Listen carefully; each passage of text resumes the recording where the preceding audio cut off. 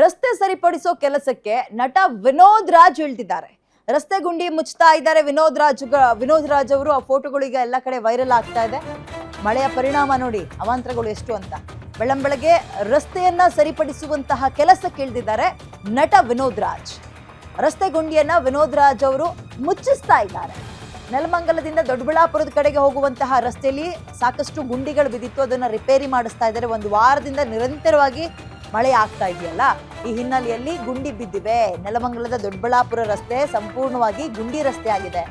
ಇವರು ಸ್ವಂತ ಖರ್ಚಿನಲ್ಲಿ ರಸ್ತೆ ಗುಂಡಿ ಮುಚ್ಚಿಸ್ತಾ ಇದ್ದಾರೆ ವಿನೋದ್ ರಾಜ್ ಅವರು. ಇನ್ನು ಟ್ರ್ಯಾಕ್ಟರ್ JCBಗಳಿಂದ ಕೆಲಸ ಮಾಡಿಸ್ತಾ ಇದ್ದಾರೆ. ಅವರಿಗೆ ಹ್ಯಾಟ್ಸ್ ಆಫ್ ಹೇಳಲೇಬೇಕು. ಅಂದ್ರೆ ಇದೊಂದು ವಿಚಾರಕ್ಕೆ ಅಂತಲ್ಲ, ಅವ್ರು ಇಲ್ಲಿ ತನಕ ಸಾಕಷ್ಟು ಸಮಾಜಮುಖಿ ಕೆಲಸಗಳಲ್ಲಿ ತೊಡಕೊಳ್ತಾ ಇದ್ದಾರೆ. ಬಟ್ ನಮ್ಮ ಲೀಡರ್ಸ್ಗಳಿಗೆ ಕಾಣದಲ್ಲಿರುವಂತಹ ಕೆಲಸಗಳು ಇವ್ರ ಕಂಡು ಮಾಡ್ತಾ ಇದ್ದಾರಲ್ಲ ಜನಸಾಮಾನ್ಯರ ಹಿತದೃಷ್ಟಿಯಿಂದ, ಅದಕ್ಕೆ ಶಬ್ಬಾಷ್ ಮತ್ತು ಹ್ಯಾಟ್ಸ್ ಆಫ್ ಹೇಳಲೇಬೇಕು. ಡೆಫಿನೆಟ್ಲಿ ಗ್ಯಾರಂಟಿ ನ್ಯೂಸ್ ಕಡೆಯಿಂದ ಶಬ್ಬಾಷ್ ಸರ್ ನಿಮಗೆ ಅಂತ ಹೇಳೋದ್ರ ಮುಖಾಂತರ ನೋಡಿ, ತಮ್ಮ ಸ್ವಂತ ಖರ್ಚಿನಲ್ಲಿ ಅವ್ರಿಗೆ ಏನ್ರಿ ಆಗಬೇಕಾಗಿದೆ.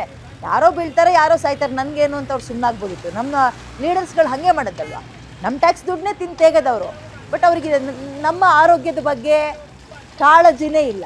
ಬಟ್ ಈ ಕಲಿಯುಗದಲ್ಲೂ ಕೂಡ ಇಂಥವ್ರು ಒಬ್ಬೊಬ್ರು ಇರ್ತಾರೆ ಅನ್ನೋದಕ್ಕೆ ಉದಾಹರಣೆ ಸಿಗ್ತಾ ಇದೆ. ವಿನೋದ್ ರಾಜ್ ಅವರು ಆಸ್ಪತ್ರೆ ಕಟ್ಟಿಸಿದ್ದನ್ನು ನೋಡಿದ್ವಿ. ಅವ್ರ ಸುತ್ತಮುತ್ತ ಹಳ್ಳಿಯಲ್ಲಿ ಜನರ ಸಹಾಯಕ್ಕಾಗಿದ್ದು ನೋಡಿದ್ವಿ. ಈಗ ರಸ್ತೆ ಗುಂಡಿಯನ್ನು ಮುಚ್ಚಿಸುವಂತಹ ಕೆಲಸವನ್ನು ಮಾಡ್ತಾ ಇದ್ದಾರೆ. ಚಿಕ್ಕ ಪುಟ್ಟ ಕೆಲಸ ಅಲ್ಲ. JCB, ಹಿಟಾಚಿ, ಟ್ರ್ಯಾಕ್ಟರ್ಗಳನ್ನೆಲ್ಲ ತಗೊಂಡು ಬಂದು ಜಲ್ಲಿಕಲ್ಲನ್ನೆಲ್ಲ ಹಾಕಿ, ಯಾಕಂತ ಹೇಳಿದ್ರೆ ತುಂಬ ಕಷ್ಟ ನೋಡಿ. ನೀರು ನಿಂತು ಬಿಟ್ರೆ ರಸ್ತೆ ಮೇಲೆ ಗುಂಡಿ ಯಾವುದು, ನೇರವಾಗಿರೋ ರಸ್ತೆ ಯಾವುದು ಅಂತ ಗೊತ್ತಾಗಲ್ಲ. ಆಫೀಸಿಗೆ ಲೇಟ್ ಆಯಿತು ಅಂತನೋ, ಮಕ್ಳನ್ನ ಕರ್ಕೊಂಡು ಇನ್ನೆಲ್ಲೋ ಹೋಗ್ತಿರ್ತಾರೆ 2 ವೀಲರಲ್ಲೆಲ್ಲ, ಗುಂಡಿ ಸಿಕ್ಕಿದ್ರೆ ಬಿದ್ದು ಹೋಗ್ತಾರೆ, ಬಿದ್ದು ಸತ್ತಿದ್ದಾರೆ. ಇವ್ರು ಬೀಳ್ತಾ ಇದ್ದಂತೆ ಹಿಂದೆ ಬರುವ ವೆಹಿಕಲ್ಗಳು ಅವ್ರ ತಲೆ ಮೇಲೆ ಹರಿದಿದೆ. ಎಷ್ಟು ಉದಾಹರಣೆ ಬೇಕು ಅಂತ ಆಗಬಾರ್ದು ಅನ್ನೋ ಹಿನ್ನೆಲೆಯಲ್ಲಿ ಬಹಳ ಜನರ ಹಿತದೃಷ್ಟಿಯಿಂದ ವಿನೋದ್ ರಾಜ್ ಅವರು ಈ ಒಂದು ಸಮಾಜಮುಖಿ ಕಾರ್ಯದಲ್ಲಿ ತೊಡಕೊಂಡಿದ್ದಾರೆ.